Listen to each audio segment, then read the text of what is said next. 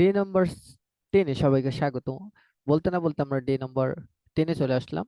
আর বেশি সেশন আমাদের লাগবে না, আমরা এখনো বেসিক আন্ডারস্ট্যান্ডিং এর মধ্যে আছি। এবং আমি ট্রাই করেছি প্রত্যেকটা সেশনের মধ্যে কিছু না কিছু প্রবলেম করার জন্য, যে যাতে যারা ভিউয়ার আছে, স্টুডেন্টরা আছে, যাতে কথাগুলো শোনার পাশাপাশি তারা এক্সাম্পল গুলো করে। এক্সাম্পল গুলো করলে আই থিঙ্ক তারা কিছু না কিছু শিখতে পারবে।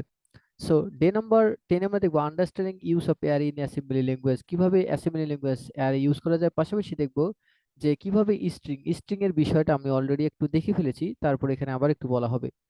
তা অ্যারে এবং স্ট্রিং এক কথায় সেম ভাবে কাজ করে অ্যাসেম্বলি ল্যাঙ্গুয়েজে। যদি এখানে একটা আমরা এক্সাম্পল দেখি, যে স্ট্রিং এ দেখেন কিভাবে কাজ করতেছে, যে অ্যারে দেখেন 48 মানে 0, 65, 4C, এভাবে আসলে ভ্যালুগুলো অ্যারেগুলো স্ট্রাকচারে অ্যাড করা হয়। আর স্ট্রিং তো আমরা অলরেডি দেখে ফেলেছি এটা কিভাবে ডিপেন্ড করতে হয়। সবার শেষে ডলার থাকে, এরপর মুভ দিয়ে, এই বিষয়টা আমরা অলরেডি দেখে ফেলেছি। সো আমরা তাহলে সোজাসুজি অ্যারের মধ্যে চলে যাই। যেমন এখানে একটা প্রবলেম ছিল, এই প্রবলেমটা আমরা পরে দেখবো, আগে একটা বিষয় দেখি আমরা, যে here value n is given by user n 5, 5 এর মধ্যে যে সে যে কোনো 5টা ভ্যালু দিতে পারে, এরপরে সেই 5টা ভ্যালুর সাম। সো প্রথম কথা হচ্ছে আমি আগে অ্যারে ডিক্লেয়ার করে শিখবো। সো প্রথম কথা হচ্ছে আমরা কি করব, অ্যারে ডিক্লেয়ার করা শিখব। সো অ্যারে যদি ডিক্লেয়ার করতে আমরা যাই বা শিখতে যাই, তাহলে আমাদের অনেক কিছু হয়ে যাবে। সো দেখেন, এখানে মুভ আর জি দেওয়া উচিত, সো দিলাম ও আর জি 100 অ্যারে ডিক্লেয়ার করব। আমি এখানে একটা অ্যারে ডিক্লেয়ার করব, যেমন অ্যারে, ওকে, আমি ছোট হাতে নেই, অ্যারে ডিবি 10, আচ্ছা 10 না, 7, 8, 3, 4, 4। এখানে একটা বিষয় আছে, আমি এখানে len eq eq u underscore dollar array. আচ্ছা দেখি এটা আসলে কাজ করে কি না আমার, না হলে আমি দেখবো, আবার সমস্যা নাই। জাস্ট আমি প্রিন্ট করবো মুভ পেজ কমা কমা 2, তারপর হচ্ছে মুভ ডি এল এর মধ্যে আমি কি নেবো, সাইজ লেনটাকে নেব, তারপর আইএনটি 21 দেখি এটা কাজ করে কিনা। তাহলে সাইজ আছে এখানে 5 আসার কথা। হ্যাঁ, বলতেছে অফসেট। ওকে, তাহলে তার মানে এটা হচ্ছে 16 বিটের একটা ভ্যালু। ওকে দেখেন, undefined variable over 16 bit,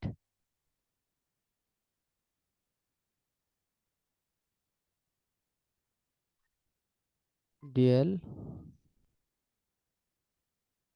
offset, দেখে এখন কি বলে। আচ্ছা, যখন আমি চাচ্ছি যে এই এর মধ্যে সাইজ কত আছে সেটা আসলে প্রিন্ট করার জন্য, সো তারা আমাকে দিচ্ছে না, সো আমি দেখিনি, নো প্রবলেম। ওকে, সো এই জায়গার মধ্যেই এখনো তারা ভুল ধরতেছে। কোথায় ভুল আমরা যদি একটু দেখি,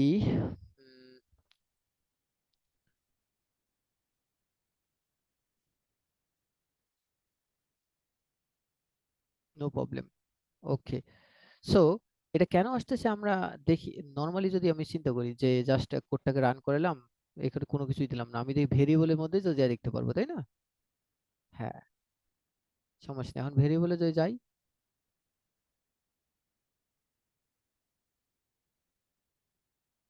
এই যে এন এর, আচ্ছা এন না, ওই জিনিসটাই তো আসেই নাই, লেনটা তো আসেই নাই না।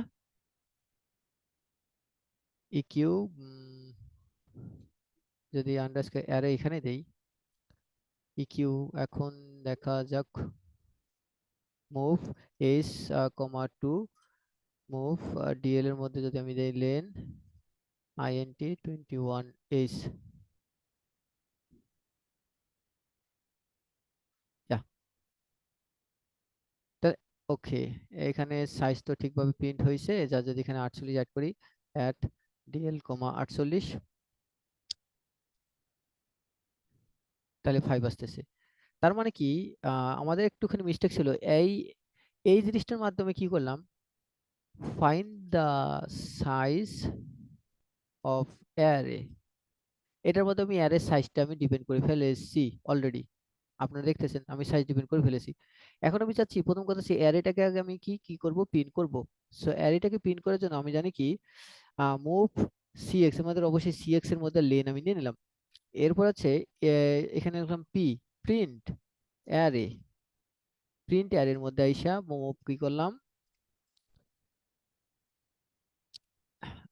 এই জিনিসটা করার ক্ষেত্রে আরেকটা জিনিস আমি ইউজ করতে পারি, যে লেন নিলাম এরপর সে লোড ইফেক্টিভ অ্যাড্রেস এসআই এর মধ্যে নিলাম কি অ্যারে।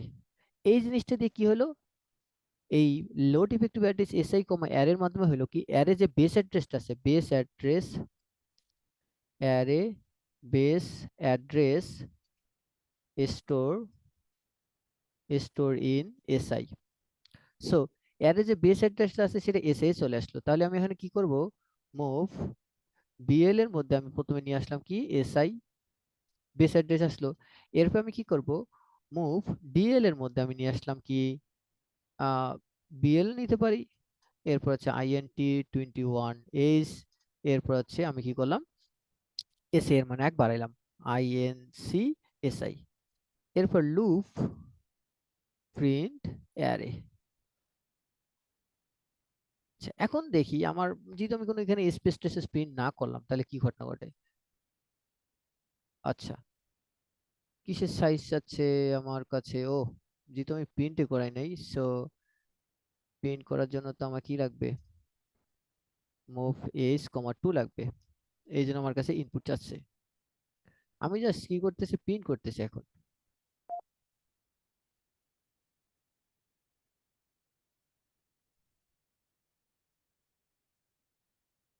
তাহলে 48 ডিএল কমা 48। হ্যাঁ, দেখেন যেভাবে আছে 7 8 3 5 4 এভাবে করলাম প্রিন্ট হয়ে যাচ্ছে আমার কাছে চলে। সো এখানে আরেকটা বিষয় খেয়াল করতে হবে, আমি চাচ্ছি এখানে একটা স্পেস প্রিন্ট করতে। সো স্পেস প্রিন্ট করার জন্য আমি কি করতে পারি, এখানে মুভ একটা কাজ করি, স্পেসকে আমি এখানে আচ্ছা নর্মালি প্রিন্ট করি, নাহলে আবার আপনারা বুঝবেন না এখন। সো স্পেসটার কাজ হচ্ছে move H comma 2, move D sorry move DL comma space, এরপর হচ্ছে আইএনটি 21 এইচ।